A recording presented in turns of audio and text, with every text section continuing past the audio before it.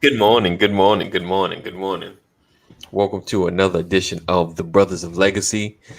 I am your man, A.E. Walker, and to my, there you go, right, is my brother Terry Little, and right below me is Pastor Brian McCory in the building. Good morning, everybody. Thank you guys for rocking with us. Good morning. Blessings, blessings, blessings, blessings. It's wonderful Monday Happy morning, Monday. the first Monday in October. Don't forget about Starting to the feel it weekend. a little bit. I don't know about anybody else. You start getting the sniffles. You're like, is this the cold or the COVID? Is this the cold or the COVID? So, Yeah. blessings, Hey, blessings. Lisa. All right, so let's get busy. And we got some stuff to talk about as always. Yeah, hang tight. Hold on. Let's get into this. If I can hit the right thing. But don't be the meal. When you said that, That's good. yeah, don't be the meal. Experience is the best teacher, but truth is the Holy Spirit I is the feel best like teacher. if you can find the straightest path to the queen that you're supposed to be with, I believe in, and she finds her straightest path to you, then I think it gets away from all those, the skeletons in the closet. We aim for the wrong things. Right. We aim to make our children a good husband. We aim to make our children good wives or successful businessmen or whatever. Right. The aim is wrong. Trending is not happening without curiosity. So what's driving curiosity? You understand? People that are successful, people that are effective in life are people with priorities. Priorities. Let's turn it down a little bit. Priorities. Good mornings. All right. So, as always, we appreciate you guys rocking. Make sure you share. Sharing is caring. I did not share. I was too busy catching up on something else I forgot to do. But now I'm good. Thanks for sharing, Lisa. Thanks for sharing, Lisa. Thanks for sharing. Mama McCory in the building. Miss Hart in the building. Great morning to you. Hey, Willette. What's going on? All right. Let's get it. Did you Let's call get her it. Lisa again? No, I didn't. Don't be trying to call me out like that. I'm just saying. I thought you called her Lisa again. Like, we're not going back there, are we? I won't go back. All right. Let's see. Oh, boom, boom, boom. I just put my topic somewhere. All right. So today we're talking about how to change our community. And are we failing our community? Are we failing our community? And in terms of what's that? We're not failing. We're not. No. So we're going to talk about changing the community. And in this season of voting. Good morning, Jeff. Good morning, Jeff. And actually, hold on. Before I get into it, I got to give a quick shout out. See this shirt, this awesome solid gold shirt from this young lady, Moni. I had an opportunity to meet her. Well, not meet her. I've known her for a while, but I told her I would shout her out on the show because she has some great gear. If you want to check it out, go to SG The Officials, Solid Gold, theofficials.com. She has a pretty big following on Instagram. So definitely check her out. If you want more information, of course, hit me up, all that and good stuff. But I thought I would shout out, support our people, huh? I was telling Sister Knight, good morning. Oh, good morning. Good morning. All right. So good morning, Romello. Let's get into it. Today, we're talking about how to change our community, how to change community. And in terms of the atmosphere that we're in, the voting atmosphere. So I had to kind of, what do they say, eat crow, when you start talking about getting quality candidates and people running. And I was on my pedestal talking to my wife, like, yeah, why people ain't running? They need to run. We can get some quality people. And she was like, a long time ago, the way you are talking to me, I thought you would get into politics. But do you remember what you told me? And I was like, yeah, it may get a little messy. I might have to be something that I'm not, having to compromise things in order to get other things done. She was like, see, that maybe some of the problem. You know, we have this mindset of politics and not wanting to get in the race. So we have the two sides. We have the ones that we need to push so that we can have the community that we want to see. At the same time, we have those that are personally have the aptitude, the linguistics, and the debatable skills to get in the ring, but won't. So how do we can encourage our people in the community that you can see handling a platform to get in the race? That's the question. That's the first question. Yeah, Pastor Brian had the short answer. I want to hear. I'm ready to hear from Pastor Brian. No, I'm just listening to what you said. I mean, I think that the reason we have debate teams in school, right, is because debating, while it can be an art, it is also a science. You are as effective as your ability to research. You're only as qualified as the depth of information that you have. Right? Knowledge is power. So I believe that when it comes to debating skills, I think it's a trained skill. Right. You know, just like people said there are born leaders. I think leadership is an evolution. Yeah. You know, there are people that are in office today that were not born. If you ask their parents, they would have given you a totally different description or projection for their life. Right. But certain events happened that catapulted them to the top. You know, Michael Jordan could have quit when he got cut from the team, but it triggered something in him. Right. You know, so I don't think if you're going to use the term leaders are born, I would say everyone has an opportunity to lead. Just ask any big brother or big sister. Right. All you need to do is put somebody under me, and I'm going to either lead them effectively, I'm going to lead them ineffectively, but nevertheless, I'm a leader. So anyone, I believe, if you limit it to running for office or wanting to be a politician, you've already lost. But if you're in it to affect change, so given that, you know, what we are victimized by is a political engine that says you have to be qualified to do this, and this in order to be a cog in this wheel. That's just the reality. So what do you want to do? Do you want to affect change, or do you want to be a politician? Right. That's a good qualifying question. I mean, I guess affecting change is the thing that most people might say. I think you know, like some families grow up in politics, so it's like a natural progression to get into politics. Right. I guess to either consistently, just because this field of career that my whole family's been in, and I continue it all, and I guess on the back end is to continue to push the same agenda that, you know, my granddad had, you know, to make sure that the country, and let's keep it real, when people are comfortable, they want it to stay a certain way. Right. Either that or get to a certain place. You know, I think, you know, that's, and like you said, you know, you said this before, Pastor, about, you know, where I guess white families send their kids to Washington to see where the money's at. And I guess some see where the money's at and they say, hey, Dad, I need to stay here and be in this office to really make sure this money keeps flowing. Right.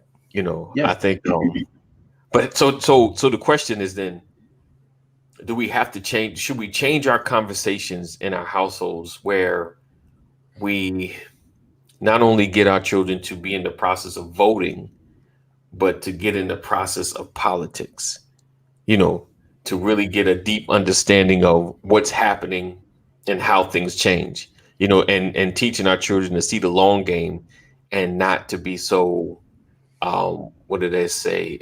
So reactive, but more proactive.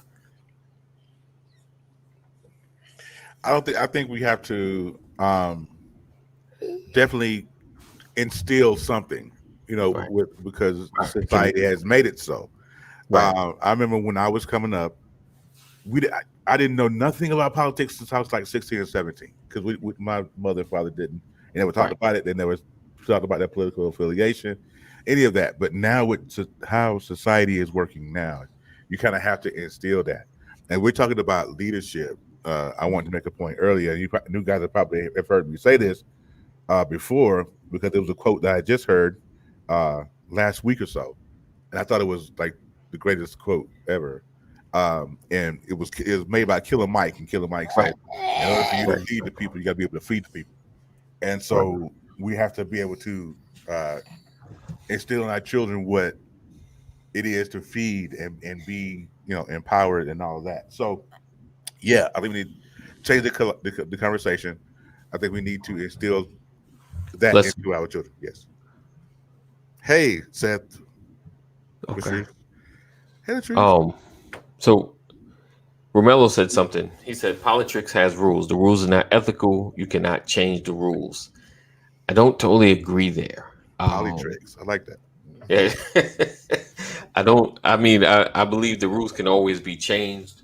And if anything, the election of our current president shows that he just threw out every kind of possible rule that was and got into office, and kind of just, and like we said, he says things on stage, and even his opening has just, anyone else has said it would have been that'd have been the end of their run, on their campaign run. This dude has said everything that you can possibly say, in unpolitical correctness, with no filter, and still was able to win. I mean, I believe, the rules can always be changed.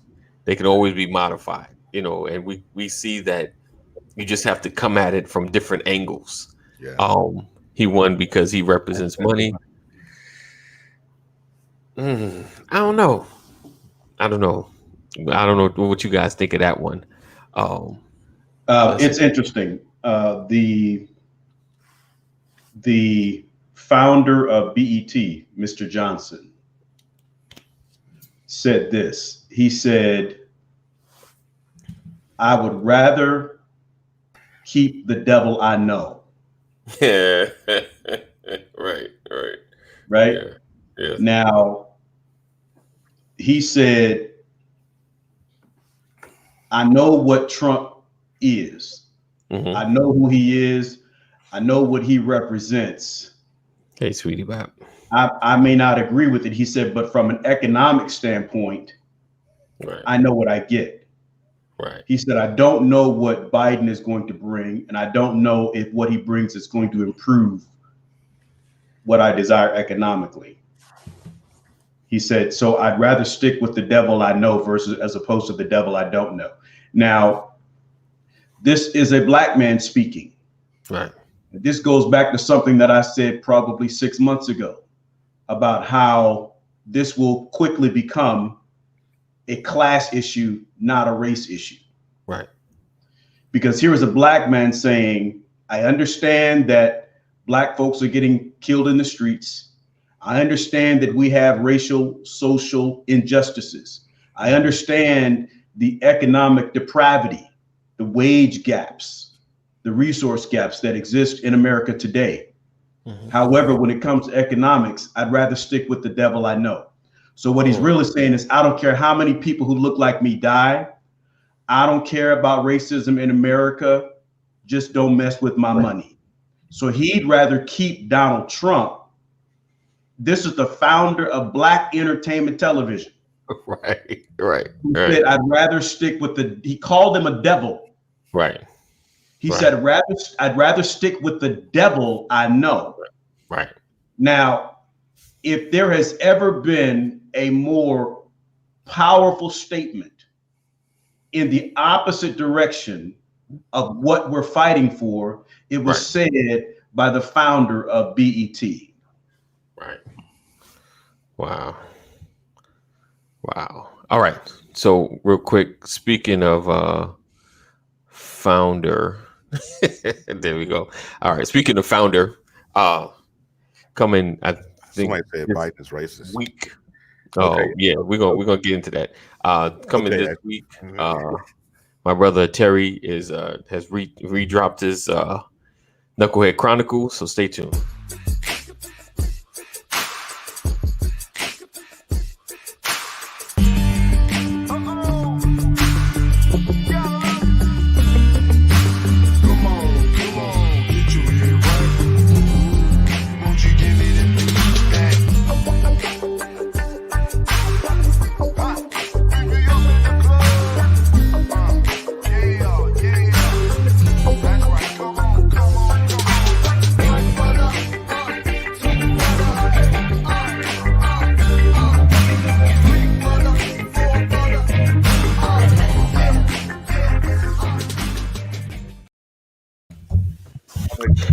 All right. 2 hours and 35 minutes to do. I love it. I love that ad. It took me a long time. I couldn't get it together for nothing. But anyways, Yeah. Let's jump on Ashley's comment real quick because I'm kind of curious about that when she says Biden is racist. I want to know personally. Give me 2 reasons or sentences, if you can formulate those, and let me know how Biden is racist. I'll wait. Go ahead. Let's go to Romel. I'm waiting on Ashley. I hope she's still here. We love you. I'm curious now. I know many people. Let's see. I know many people like that. They roll with cash. I've heard that before. I'm with Pastor Brown. I've heard that. It ain't nothing funny about when you messing with my money, right? Yeah. Let's see. Wonder how the VP debate's gonna pan out. Yes, the debate is tomorrow. The debate I can't wait to see tomorrow. Pence ain't ready. I want to make sure I talk to you guys because I want to try something. Maybe this debate or the next one coming. But so let me ask you guys this. In terms of local politics, right? And we spoke about that. We spoke about that yesterday. Not yesterday, last week. How do you and I may have asked this before, but how do you judge or how do you figure out who to vote for when they have no track record? Oh yeah, what's your best way to find out? How do you vote for someone that has no track record? And have you ever pushed someone to run for office? I have. Locally, nationally? I have. You have? Okay, Roman's she gone. She'll troll. Okay. Because I was waiting to read those sentences. Like, yeah, I figured it was. Yeah, I got a good friend that down in Augusta, as a matter of fact. Ronnie West. She used to be on Facebook. I think she's back on Facebook. Okay. But she is with the Greater Chamber of Commerce down in Augusta. Okay. And I've been pushing her to go politics forever. But she won't. She won't do it. As much as she is in politics, she won't do it. Yeah, I push someone. How do I normally, to be honest, I Google folks. Right. Because that's the first thing I do, brother. I Google them to see if they got an IMDb page or something, just to make sure. I Google them to make sure there's nothing crazy, but that's kind of how it starts for me. I Google them, and then you just kind of, once they are out there and they start talking about their policies and their plans, you research that kind of stuff, and you're like, okay, well, this makes sense. This doesn't make any sense. If they say I graduated from Brown, and with a degree in such and such, that's public record. You can kind of see where they've been, school-wise and stuff like that. Check it. Hey, who's that? BJ, what's up, man? This one can talk during the debate. How is who debating if he's quarantined, man? Trump first. Don't get me started there. I don't think it's a hoax, though. I don't think it's a hoax. What's a hoax? That him having COVID. Him having COVID. I don't think it's a hoax. Complete and utter. That's complete and utter. That's yeah. Yeah. I mean, I wish him the best. I don't think it's a hoax. I don't think so. Do you realize the brevity of the statement? The fact that we are living in a day and age where you can actually make the statement that I'm not sure if it's real. And you're talking about the president of the United States. Right. Yeah. I'm not sure I can trust that it's real. Right. The doctor, his primary care physician, had to come back in front of the media and essentially apologize for giving false information, for lying, because Trump did have to take oxygen. They did have some concerns. And he said, I didn't want to send a message. I didn't want to derail the positive message. Now, this is a doctor who says, I had to lie. I had to go along with the narrative. Wow. So when you talk about the power of influence, the man is standing there with the emblem of the United States of America on his chest, says, physician to the president. Right. and he tells a blatant lie. He denies something that is true on national television. And then he has to come back and kind of explain why he did it. And the reality is he did it because Trump told him to. Right. Right. Yeah. We're talking about whether you believe he has the virus or not. He said he has it. He said his wife has it. Right. And he got into a car with Secret Service men who weren't fully dressed in PPE and left the hospital. The doctor said he is a registered patient in the hospital, diagnosed with COVID-19, taking medication that they give to people with extreme cases of COVID-19. Right. And he leaves the hospital, drives around and waves at people on the street with about 6 or 7 Secret Servicemen in the car with him. Now, I want to remind everyone in America, this is your president. Yes. This is your president. Yes, indeed. At the same time, he says, now that I have the virus, I've learned a lot about the virus. So let me just go for a drive. Right. And wave at all my supporters. Right. Let me spread it to all my friends. Let's do that. Hope your staff either has convert or quit. Right. Right. Yeah, he does. He leaves for a photo op. Yeah. Yeah. I mean, come on. You got COVID, bro. Right. Stay still. I believe it's totally true. I believe that a photo op. Your president. Yeah. Yeah. As an admitted, I'm not buying. Here's right. A photo op and this. And they say that he had approval by his physicians to leave the hospital. Wow. Wow. Aren't you supposed to sign a waiver if you want to? Yes, indeed. Discharge yourself. At least didn't from work. the hospital. Yeah. Yeah. At least didn't work. Do you guys follow Plies at all? Yes. Yeah. Did you see his video about President Trump having COVID and all that? You see that? Yeah. One? Oh. Yeah. If you guys don't follow Plies, man, follow him. That dude, he's funny. But he speaks truth. He drops some truth. I wish I had this video. I'll put it on my second screen and let y'all see it. Me personally, me personally, and my opinions do not reflect the totality of the Buzz's legacy. These are just my opinions. Sure. I don't feel like I think like Mother McCrory said, I think it's a hoax. I think it's crap. I think he's losing. He said, "I want to hear polls." He's losing in the polls, and he's trying to do everything he can. I mean, because first of all, as the president, he gets to go to Walter Reed. Anybody else on the street who gets COVID can't go to Walter Reed. They're dying in hallways and hospitals, like Fly said. Right. And this guy he's making a complete mockery of this. Now I take offense. No, I'm gonna take offense strictly because my wife's grandmother just passed away of COVID. Right.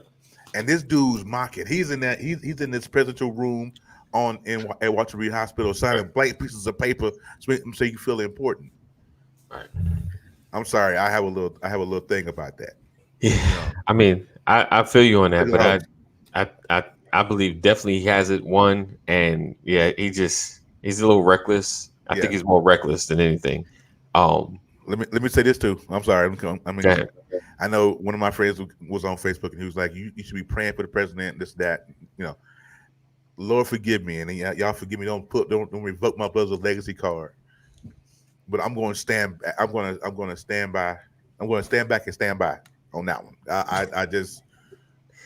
I was like, no, I can't. And I've been praying about it and asking God to. But I just think it's a hoax. I just think it's not. I got you. I got what you're saying. Okay. On you more or less don't believe it. I got you. I got you. Not saying you don't want to pray for him, but you just don't believe it. I'm with it. Okay. Yeah. I got you. I mean, I'm praying that he's good, because he needs to just go ahead and lose properly.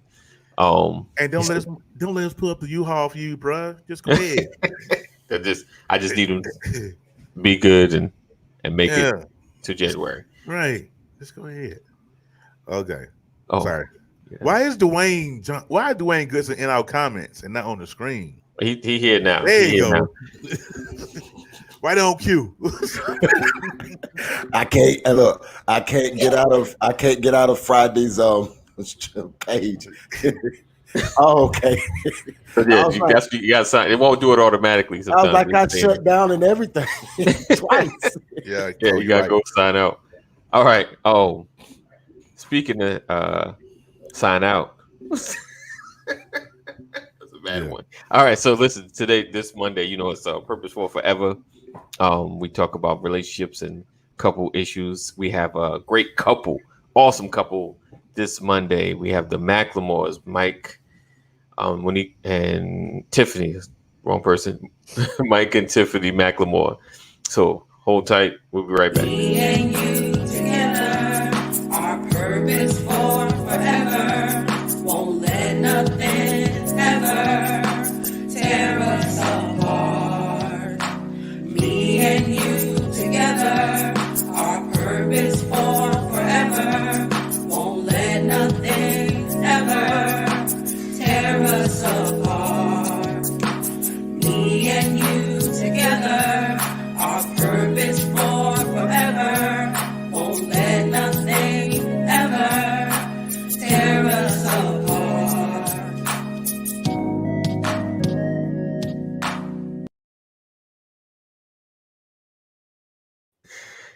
Hey, AD, I need for you to run last week's Purpose for Forever, the Scavenger Hunt. Yeah. Listen, y'all, if y'all did not get to see the Scavenger Hunt with Purpose for Forever last week, and it was a Scavenger Hunt / Newlywed Game. If you missed it, you're missing out. You got to run it. You got to run that back today, right? before you run the new episode, run the old one. Oh no, yeah, that was cool. Don't talk about my segues. I'm working on it. I'm a work in progress. That was a bad one. That's all right. Yeah. So what you think, Dwayne? It seemed like we're coming over to the. I knew this conversation was going to come up, and we're going to get stuck here. I should have just put it as a title. Go ahead. I believe he's been had it. I believe he's been exposed long time ago, and I think he might have survived. Well, not might. If he had it, he obviously survived. But I think he's one of those people in that percentage that's survived it. Right. He's been directly exposed too many times. You remember when this first kicked off, when it was really bad? Right. You remember he was right next to the president of Brazil with no PPE whatsoever, and that president was diagnosed, and several members of his cabinet and his staff had it, and all of a sudden he was straight, but you saw him tinker down a little bit on the tweeting. Right. I think now it's become propaganda, and I think it's working, because you're gonna have some people who see the incident of him driving around taking pictures. Because when I saw the picture, I was like, wait a minute. You mean to tell me 45 got 4 people in that little tight fitting car with him? Right. But at the same time, I'm like, no social distances. It plays suit. Everything that we're supposed to do, we don't see it coming from the White House. And this is just another example. So what I see is a further division between Democrats and Republicans. That's how it always end up. You have about 80% of the Democrats who gonna believe whatever they hear the party say, and then you got about 80% of Republicans that's gonna believe everything that 45 say. So at this point, you're gonna have people feeling like Terry, who's like, wait a minute, I just had people who passed away, and this is what they had to do. I done read several stories about people who said my family members had to die alone in a hospital, and I had last words with them over the phone. And here you got the leader of the free world driving around with COVID, getting permission from his doctors to leave a hospital when everybody else was in an isolation ward. I'm saying, I think. Okay, so answer this question, because we can say that it's relative. The fact that COVID-19, we're calling a deadly virus, but the regular flu is a deadly virus. It kills people every year. And you know what? When you catch the flu, they tell you to stay at home. But how many of you have been in an office environment where somebody came to work with the flu? Yeah. Right. So, so I can't. There are people who are feverish that are in your grocery store today. Right. The only difference is Trump has more exposure. Right. Mm-hmm. That's right? it. None of and none of those are my issue. I understand he's a president, but with me understanding he's a president and me being a former intel analyst and having some purview to a lot of high level things that he has the availability to do, even beyond some of the things that I know, he's one of those people who can do everything he needs to do from an isolated room and have the world at the drop of a dime be able to communicate any and everything with the world. So here's my pause right there. Okay. Here's a person, if there ever was one, that can do everything he needs to do from the comfort of an office, have everything at his disposal. Right. But it doesn't satisfy his ego. Right. So and that's the problem, sir. Right. So that's my point. The point is that it doesn't matter. You know, y'all remember the movie with Wesley Snipes? What was that drug movie called back in the day? Sugar Hill. New Jack City. New Jack City. Yeah. New Jack City. In the movie New Jack City, Pookie. Chris Rock plays Pookie. Right? And as much as he wanted to get away from that crack, as much as he wanted to leave it alone, he said, "It keep calling me." You know, and I think there were certain people, stupidity just keeps calling. Right. You understand? You can't get away from it. There's nothing that Donald J. Trump has shown me that makes me go, "Oh, I can't believe he did that." That's sad. That's right. Really bad. Yeah. I mean, he has never had rules. Right. So when Mello says you can't change the rules, if there was ever an example of changing the rules, our president has proven that you can throw all the rules out the window because what usurps rules is leverage. Right. Yeah. But Pastor, let me ask you this question. Is it that the rules have been changed, or he just has a complete disregard for the rules and he's like Nene Leakes on the Real Housewives of Atlanta. Listen, who gonna check me, behind closed doors? Who gonna check me, boo? Behind closed doors, the rules were changed. In fact, the rules were broken when Barack Obama was elected. And because if you go look at, there's a special on CNN right now called First Ladies. Mm-hmm. And they're talking about this week. They were talking about Michelle Obama and her experience. Right. And there's a scene in the documentary where, you know, they talked about how she had they criticized her sleeveless dresses and all that kind of stuff, even though Jackie Kennedy and all these other folks wore sleeveless dresses. They've been wearing them since the beginning, but they never thought they'd see a black woman showing her arms in the White House. Right. Okay. She says, I got called into an office with David Axelrod. Wow. David Axelrod shows herself on camera talking. He takes all the sound away. And he asked her to watch herself. And she's talking, you know, she's got a little band, one of those headbands, you know, her hair pulled back into a ponytail. And she's talking to the people. She's on the campaign trail and she's doing this and this and this. And he says, "What do you see?" And she says, "I never saw that." And what he was telling her is, you're speaking with passion. Right. But what America sees is an angry black woman. He said, they're not listening to anything you say. Now watch this. She turns around and she says, I realized I had to change my behavior. Right. For us to be successful. Yep. I had to become the first mom instead of the first lady. Right. Mom in chief is what she called herself. Wow. Because the visual, the understanding of the narrative that black women carried was that we don't take care of our children, we mad, we this, we're on drugs, we're all of these things. So I had to become mom in chief. I had to become dainty. All right. Now she said there was a moment in the documentary where Barack Obama was talking. He was on the Senate floor and he was talking, And you can see, she said, watch all the people. She said, now I want you to notice the Republicans and look at everybody else. She didn't say the Republicans and the Democrats. She said the Republicans and everybody else. While Barack Obama's talking, I'm watching their energy. I'm watching their mannerisms. And you can see all of them with their hands back, looking, snarling, like, I can't believe this end is at the podium.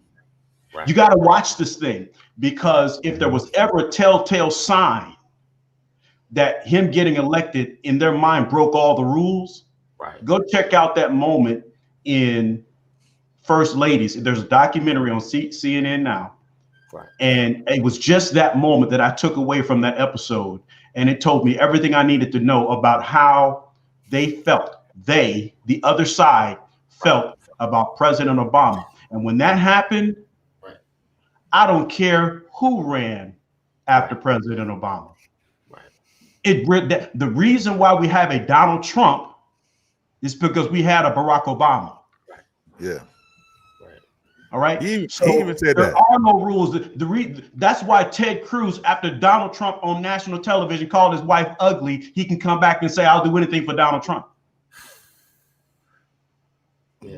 Because I'll take Trump over anything else that the left, that they consider the left, will bring to the table now. Because after a black president, I can't. This don't look like my country anymore. Right. Well, let me ask you this question, Pastor. Do you think that those are rules, or do you think that's fear? What's up, Kent? What's up? Fear? Well, I think. But when has fear not driven the rules? And this is why I asked that question. Because one thing that I've known, I can be as hopeful as a person can be. I can profess faith, and this is what a lot of Christians need to be careful. I can profess faith to believe a certain thing is going to happen, but my faith does not overpower another person's will, right? So the same way that you get the looks when people see you, as opposed to just hearing Brian McCrory, the IT guy, but when they see you in person, it's like, oh, that was you. Or when you were in the military, when you had to work twice as hard sometimes, or President Trump out the gate saying, I can kill somebody right in front of Trump Plaza and I'm going to get away with it. Or I can just walk up to whoever that's beautiful and fine that I like and I want to take, and I can just grab them by the, you know what? What we've seen is something you said earlier, and I've been saying this my whole life. Rules have never applied to Donald J. Trump, ever. Never. He wasn't born with rules. He disregarded rules on the way up. He found a way to manipulate rules. And it goes to the mantra that we all probably at some point in time, if you play sports, have used. And I remember a mantra that if you're not cheating, you ain't trying. That's what I used to get told in high school and college. If you ain't cheating, you ain't trying. Some people just take that to a whole nother level. Right. And and like you said, I think it's that, oh, this could happen again. And there's a percentage that doesn't want that. There's some, I know white people who cried when President Obama got put out, well, not put out, but when he finished his second term. And I guess the long story short is, surprises me with this president or with this presidency, because at the end of the day, it's all going to be about one thing. And I hate to make it sound divisive. Truth. I was talking to an old guy when Donald Trump got elected as president, and he said, son, this is nothing more than white boys and their toys. And I was like, I don't get it. He was like, it's all about power. He was like, you're dealing with a man who's never heard no before. Everybody who's worked in every conference room that he's been in, anybody who's been a part of his staff or CEO of any one of his subsidiaries, there was like every last one of them have been yes men and scared and terrified to tell him no. And he was like, what you're seeing now is no different. And I completely get it, because I made a comment earlier. Everybody on his staff either has to convert with his perverted way of thinking. I left the word perverted out because, you know, Periscope only gives you a certain amount of characters. But you either have to convert to his perverted way of seeing things, or you quit.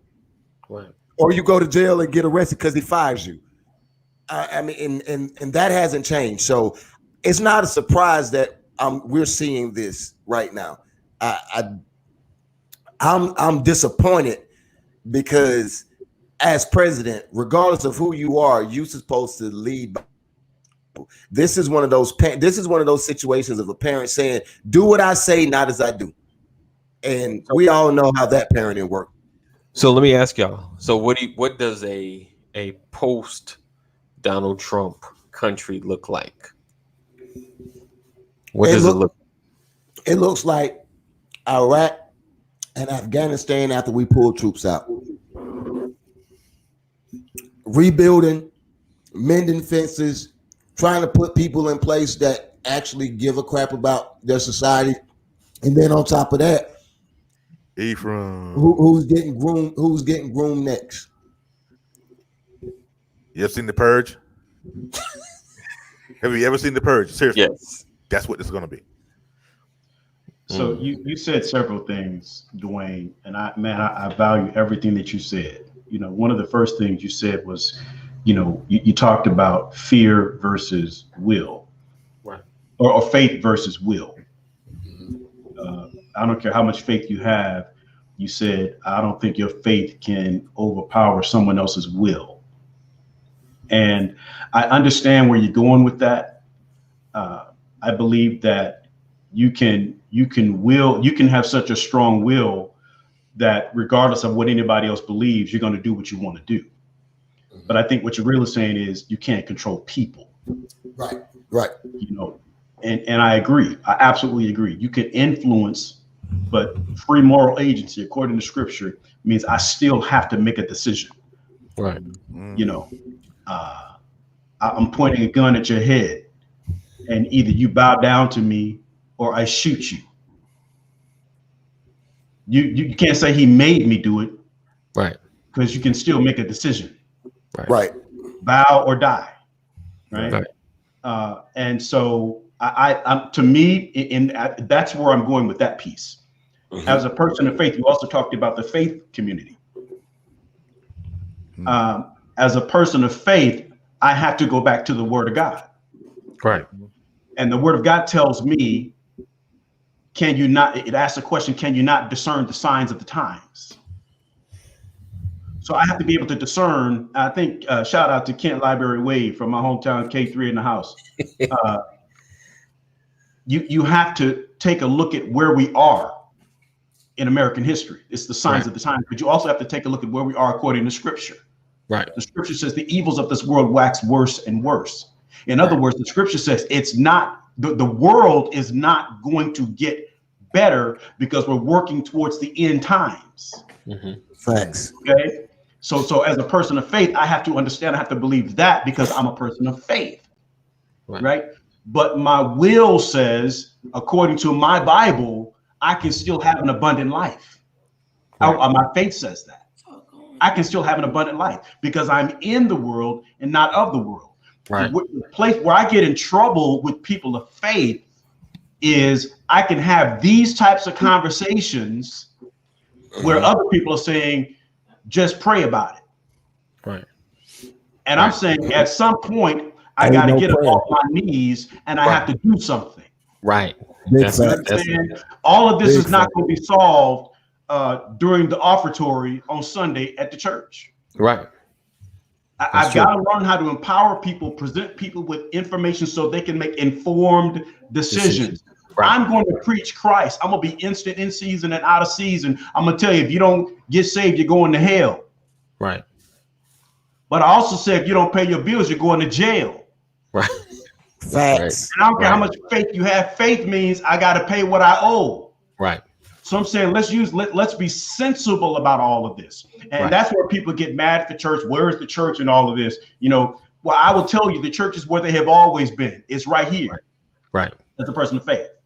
Then you moved on to the behavioral patterns of all of these folks. And I'm saying, to your point, none of this stuff surprises me. I'm gonna pause there because as I said, 15 minutes ago, there's nothing that's going to surprise me about Donald Trump. There's nothing that's going to surprise me about the people that follow him, because this is not, we're coming through a place where it's no longer going to be about race. Bob Johnson just proved to me with his last statement. Right. that regardless of the number of black people that are getting arrested, that are getting shot down by police, regardless of who's rioting versus who's silent, who's protesting, peacefully protesting, regardless of the racial inequities, the economic disparities, I'm gonna go with the devil I know. Right. Which tells me what I told you all earlier in the year, that we are moving into a place where it's not going to be about race. It's going to be about class. That's economics. And that's what Miller was talking about. Don't mess with my money. That's scary. Right. That's scary. It really is. But that's a lot of goodness right there, sir. That's a whole lot of goodness. Well, it's moving into that place where race is not the focus of the fight as much, or how can I say, or the separating of economic status. Hey, good morning. How do we position ourselves better to move forward? Let me ask you this. So with Donald Trump coming into office, and all of us have seen him, push such a dividing line, right? And a lot of people we've considered friends or even associates, we are now looking at with the side eye. We've unfriended, we've blocked, we've stopped dealing, we've scrolled past. We no longer look at certain people, even that are on our friends list, the same. And so my question, hey Diana, good morning. Morning, Diana. Blessings. My question is, so like I said, post Donald Trump, I guess it's building up a group or joining with others that are more like-minded than you thought were like-minded. You know what I'm saying? Like, how do we? Because there's no going back. If we have a fight, it's like, oh, okay, I can see what side you're really on. Things go down, you can see what side you're really on. I thought we were together, like you said, with your neighbor. You realize that the language, you thought we were cool, but you just realized we just neighbors. We're being cordial, but their mindset is somewhere else that you didn't know. So what do we do at this point? Like, I guess it's more of us coming together under one umbrella, under one cause. Mm-hmm. But like you said, I know it's a breakdown in kind of a societal structure, class kind of system. But how do we come together and break that wall of class where we come together and not fall into that? Okay. That's now, a loaded question. Y'all, no, it's not. Y'all, because some of y'all gonna get mad because I always try to turn something into a Bible study. But I want to Genesis, Exodus, Leviticus, Numbers, Deuteronomy, Joshua. Okay, Joshua. You got to go in order because I'll be forgetting where it is. I thought I was the only person that did that. Joshua 24. I'm gonna read this verse. Come on through here, preacher man. Hold on, let me get my organ. I need to tune my organ up. I gotta find my organ. Hold on. I already know this fit to be good. For all you unbelievers, when it all boils down to it, let the word of God be true, but let every man be a lie. Right. So I hope we don't lose anybody. Joshua chapter 24. Everybody knows this. And verse 15 says this, because they were talking about being delivered. This was during a season where they were being delivered from Egypt. So if you want to be delivered, okay, Joshua says, and if it seem evil unto you to serve the Lord, choose you this day. Remember, we talked about it comes down to choice, right? So at some point, AD, you're going to have to choose a side. Right. All right. The scripture says, and if it seems evil unto you to serve the Lord, choose you this day whom you will serve. Will it be the God? You're the wrong key, D. Will it be the gods? Yes.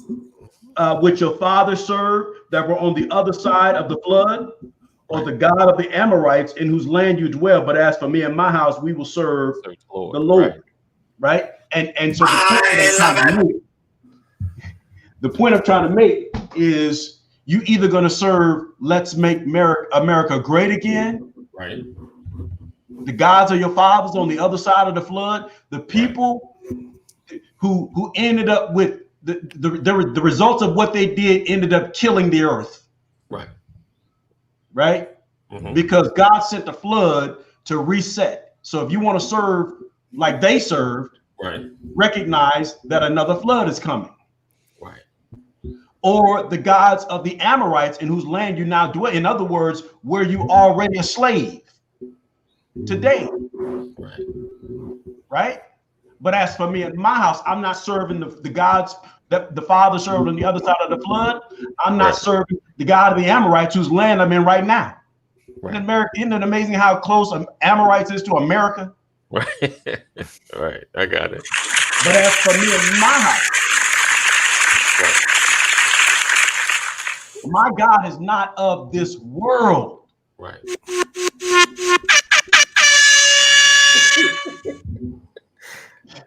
What is that? Right. You and your soundboard. I don't know if you're too close. I don't know if you're too close to the mic or what. Okay. So you're gonna have to choose. You're gonna have to pick. So basically, you gotta choose. That's death. Okay. Look, just because you're behind in the game, right, don't mean that you don't have to play. You can not play. You cannot play all day. And the sad part about this, it's being ran like a game because it's moves being made. It's counter moves being made to those moves. So we can sit back and be defeated. Right. Or you can make a choice to play the game. And when I say play the game, I literally mean you absolutely have to put yourself in a position that the decisions that you make and the things that you do have consequential tangible actions or reactions that you're able to see.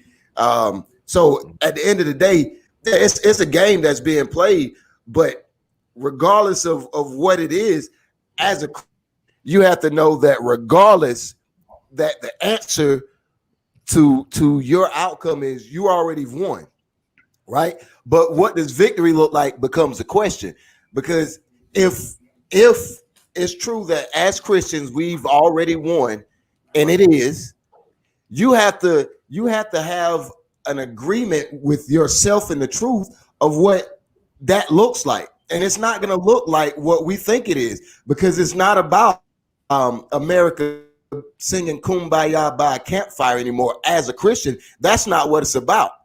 Right. That's not even on the list of requirements of what happens for victory for Christians. But we have to realize that this game is going to continue to be played. So you can be that linebacker who's scared of the offensive guard and the fullback that's coming at you and get ran over every play, or you can buckle down and get in the trenches and do what you're supposed to do. Like Pat said, either you deal with it or what they say, either get out the kitchen if it's too hot. If it's too hot, get out the kitchen. Right. If you're scared, stay on the porch. All those sayings, this is what it's all about. Right. Because it's going to happen. Right. America's going to move forward, and Donald Trump, it's a good possibility that he's probably going to be president again. So now maybe that's your first quarter. It might be halftime for you. It may be 2 minutes left in the game. What you going to do? Do you roll over? The reality is, though, why do so many people think that Donald Trump not getting reelected is going to make it better? The honest thing is, like you said, it's not going to matter who's in the office of president. We're going to see things get worse. Because this is the world that we live in. This is not about Donald Trump. Donald Trump is a validation of where the world is. Mm-hmm. That's what this is. And can I point something else out too? Because I never say this. Religion, and I do mean this in the truest sense of the word religion. Religion has been the cause of more death, more discrepancy, more division than any other thing in the world. And I'm just going to point out some things, right?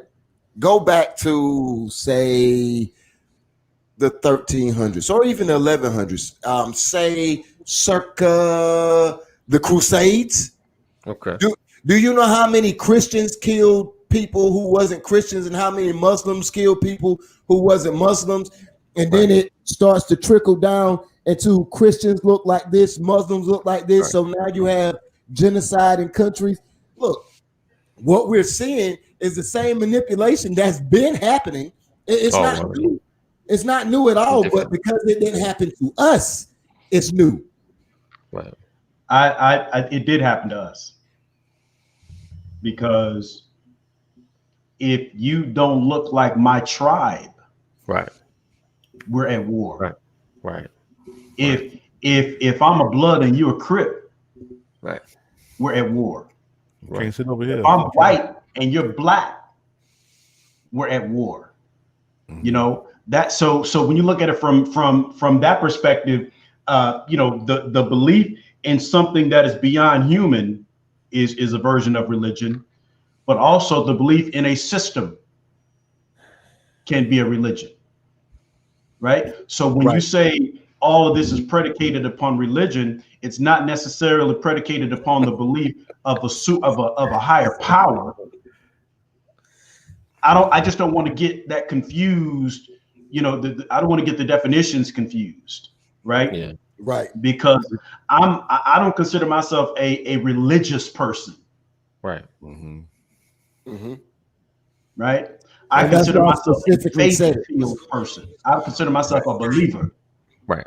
You know, so I think that those differences, to your point, Dwayne, you're right. It's always been here. But I think where we miss is defining what that means. What did it look like then? What does it look like now? Like now. The principle of what you're talking about is 100% true, right? But I don't think people take the time to dissect it, to define it. Right. Right. That's true.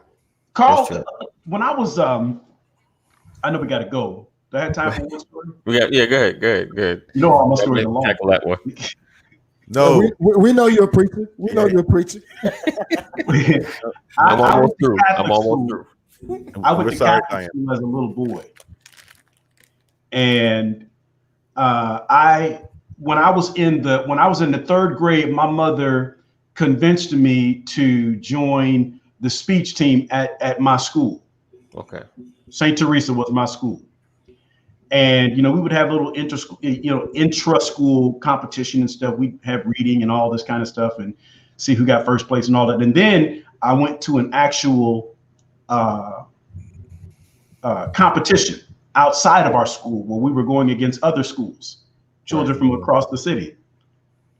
And in preparation for that, I asked my mother, well, what can I use? What can I read for this competition? And she goes into her bedroom and she pulls out this book of poems and she says, I got one for you. She says, I want you to do Chicago by Carl Sandburg. Okay. Mm-hmm. Good and taste. So hog butcher for the world, tool maker, stacker of wheat, you know, the poem by Carl Sandburg. And so I started reading this poem, and my mother said, the more you read it, think about who wrote it. Think about what he was trying to say. Right. Okay. And so I kept reading it. And then she asked me to memorize it. Mm-hmm. She said, now, once you memorize it, it becomes a part of you. You got to be careful that when you memorize it, when it becomes a part of you, you figure out what works for you and what doesn't. Mm-hmm. All right. So the more I read it, hog butcher for the world, tool maker, stacker of wheat, you know, builder of railroads, all of these things that are made up in this poem, it took me almost 3 weeks to realize that he was actually talking about Chicago. Right. The whole poem was his description of Chicago. Right. Okay. And I never had this conversation with my mother. It took me years to really understand what was transpiring. And now it helps me when I read my word of God. Here's the point that I'm trying to make, because I'm getting too long with this. The more I got into the poem, the more I got into the mind of Carl Sandburg. Right. The more I read the poem, the more I realized what he was trying to say. Right. The more I read the poem, the more I learned about what the city of Chicago was, what it represented. Right. Right. Because the poem was written in like the early 1800s. Right. And at the time that the poem was written, Chicago was only like 70 years old. Right. But Carl Sandburg was comparing Chicago to places like London and all these other places across the world that were much older cities. And so the way he defined Chicago was like a young boy full of energy, but and dangerous because he didn't know all the rules, but exciting because it was willing to try anything. Wow. You understand what I'm saying? Right. And so it took me years to realize, man, Carl Sandburg was deep, you know. But the problem that I have with it is that most people will read his poetry and look at Carl Sandburg as a prophet and not a poet. Right. You understand what I'm saying? Because it was so deep. There are people who could take that poem and live their entire life based on his description. They want to be the hog butcher for the world. Right? They want to be the tool maker because that's what was going on in Chicago. Chicago was a thriving city. It was building, was coming up, you know, and all of these things were taking place in Chicago. And his understanding was, if you're coming, I don't care where you're coming from. If you got to transport from the east to the west, you got to go through Chicago. Right. And so when you look at somebody like a Donald Trump, Donald Trump has painted his vision of America. Yes. You hear me? He's painted his vision of America, and that's his poem. And he lives based on his vision of America. Carl Sandburg was writing his vision of Chicago. That's what he saw when he saw Chicago. What Trump sees when he looks at America is the canvas, is what he's putting on the canvas. Right. And there are people out here reading what he put on the canvas. Right. And a lot of folks are reading it, and it's becoming their gospel. Yes. And that's it right there. Right. Right. And they don't know how to separate the fact that this is his version. Yep. But it's not the version. The version. Exactly. But what he does, what he says has become their Bible. Right. Right. That was good. I know it took a long time to get to that point. Hey, so sometimes you gotta appreciate every curve, every creek, every bridge. And sir, that was beautiful. That was good. That was good. That is true. That is true. He's painted. He's taken what's here, amplified it, and then wrote a narrative to it. So can I comment real quick? I know we over time, but it's not even what you said. It's partially it deals with it. I remember having my junior year in high school. I remember this lady for the rest of my life. Miss Hamilton was the English teacher. She was the hardest teacher I ever had in my life. But one thing that I learned in that class, the same way you just gave that description and how it portrays itself and how he intended for it to be seen, I had a moment, because this is where we are now. We had to read The Old Man and the Sea by Ernest Hemingway, right? And we had to write a paper on it. And I got a B on the paper because she said that my foreshadowing was wrong or off. She said, she didn't say wrong, she said off. And she said I missed some key points and I had some conjecture with no proof. And I was like, I don't understand what you're talking about. So she points things out. And then I, in turn, being the smart aleck that I was like, but Miss Hamilton, Ernest Hemingway in her interview said that he meant this when he wrote it. And she was like, that's not what it means. I was like, what do you mean that's not what it means? The author said this is what he meant. And I even showed it to her. Don't you know she refused to make me write in that situation because so many popular English teachers and philosophers had said over so many, we've seen this throughout his work and this is what it means. And because they are 100 years and they're published, they were right, even when it went against what the author said. So I said all that to say this, Terry. I said all that to say this. Even though you are speaking from the author's point of view in some things, some people in influencing places still have the authority to shoot everything that's right about what you're saying down. And we're seeing that right now. A black man gets killed in the street by a cop and he's unarmed and he didn't commit a crime. Oh, well, you know, if you would have complied, you know, it would have been this. Right. It's either murder or it's not murder. Right.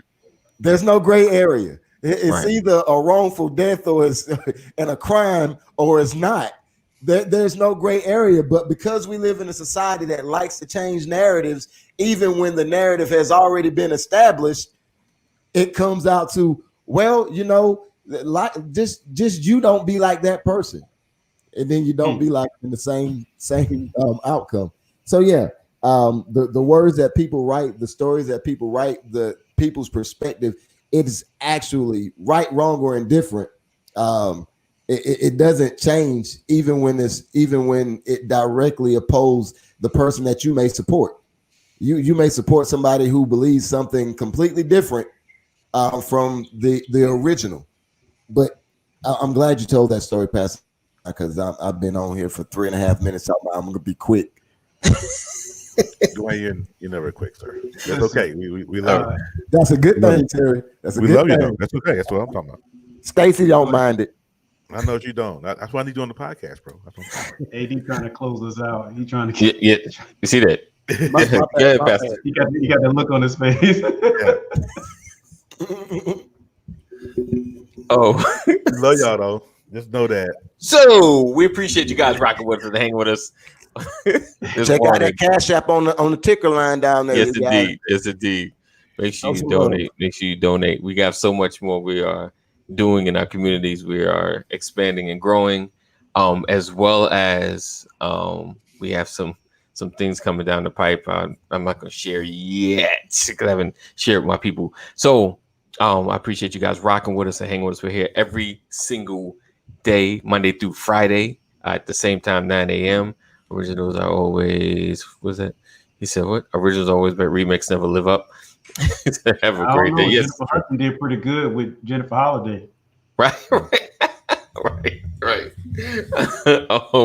So we thank you guys for hanging. Make sure you watch us tomorrow. We're going to dig deeper into fixing our community, voting, and things of the like. We know the debates are coming up, so I might try to plan something for tomorrow night, but we'll talk about that. So we appreciate you. Appreciate you guys. Any closing remarks?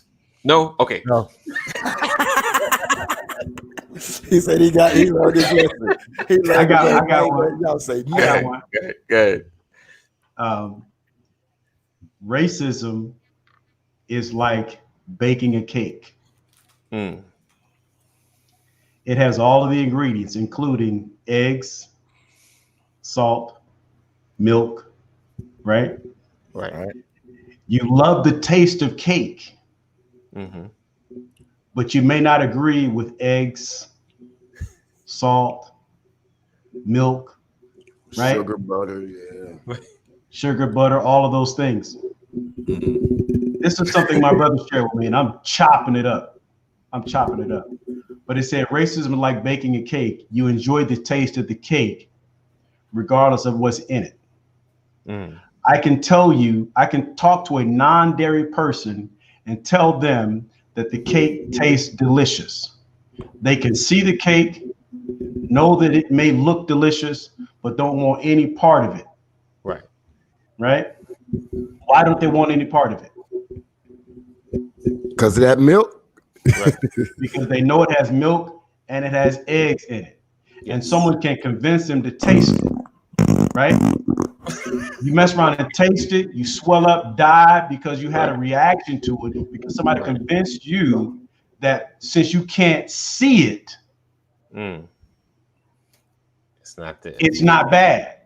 Wow. It doesn't exist. You can't see the milk and egg and all that because you can't see it, so it doesn't exist. You hear what I'm saying? Right. And then a person who is non-dairy eats the cake, right, and they die.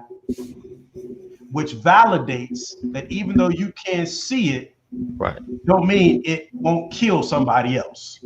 Right.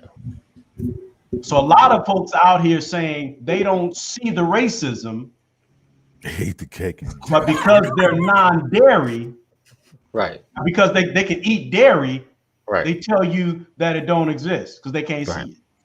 Now, if there was ever an example, and I promise y'all, I'd have messed it up. I'll find it and read it to y'all if y'all want me to, because it sounds a whole lot better if you read it. Matter of fact, since I started, let me pull it up real quick. I'm gonna read it to you because this was something my little brother sent to me. My brother out of California. Okay, here it is, and y'all gonna see how I messed it up. Maybe you have heard someone say that racism is baked in the cake of American society. And maybe you have taken issue with this statement and wanted to push back. Let's stick with the analogy for a minute. If you gave me a slice of cake and told me there was egg in the cake, I would say you're crazy. I'm looking at the cake and I don't see any eggs in there. I can't smell or taste any eggs either. You're making that up. There are no eggs in this cake. Now imagine I gave a slice of that cake to someone who's allergic to eggs. As soon as they took a bite of that cake, they would know immediately that there are eggs in that cake. They can't see, smell, or taste the eggs any more than I can, but they can feel the effects of the eggs. Shame on me if I don't listen to that person who is suffering, who is dying because of the eggs in that cake, and I continue to deny the presence of eggs in the cake. So when someone tells you that there is systemic racism in the United States, you might think, no, that's not true. I don't see systemic racism.